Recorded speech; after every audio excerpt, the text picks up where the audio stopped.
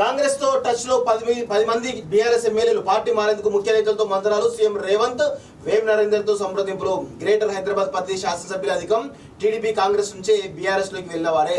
ఈ నెలాఖరులోగానే ఎక్కువ మంది ఫిరాయింపు అంటూ ఒకరిని చూస్తా ఉన్నాం. సో ఇది అసలు ఇంకా దారుణాతి దారుణంగా ఎవరైతే పార్టీ మారుతారో ఆ పార్టీ మారే వాళ్ళ యొక్క శాసన సభ్యత్వాన్ని రద్దు చేసి ఇమ్మీడియట్ గా రద్దు చేసేటువంటి ఒక చట్టం, బలమైనటువంటి చట్టం రావాల్సిన అవసరం ఉంది వాస్తవంగా.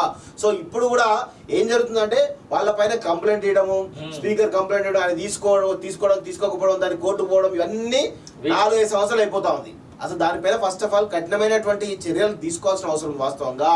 ఎవరైతే పార్టీ మారుతారో, పార్టీ కండ ఒప్పుకుంటారో వాళ్ళ ఇమీడియట్ సభ్యత్వాన్ని రద్దు చేయాలి వాస్తవంగా, అది తీసుకురావాలి.